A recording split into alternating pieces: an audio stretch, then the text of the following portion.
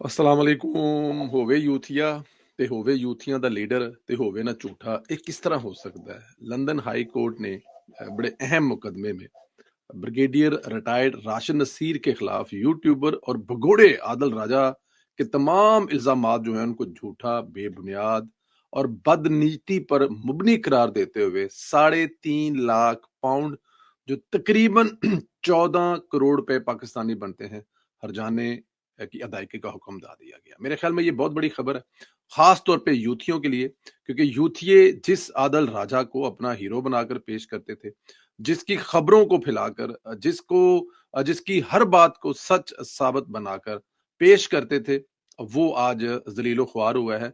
और ये खाली आदल राजा जलीलो ख्वार नहीं हुआ, अगर देखा जाए तो ये हिंदुस्तान रॉ और पाकिस्तान तहरीक इंसाफ जलीलो ख्वार हुई है। अब 3.5 लाख का जो हर्जाना है वो कौन देंगे? या तो पाकिस्तान तहरीक इंसाफ देगी, या आदल राजा इनसे पैसे बटोरेगा, या फिर इसका ये जो हर्जाना है वो रॉ देगी।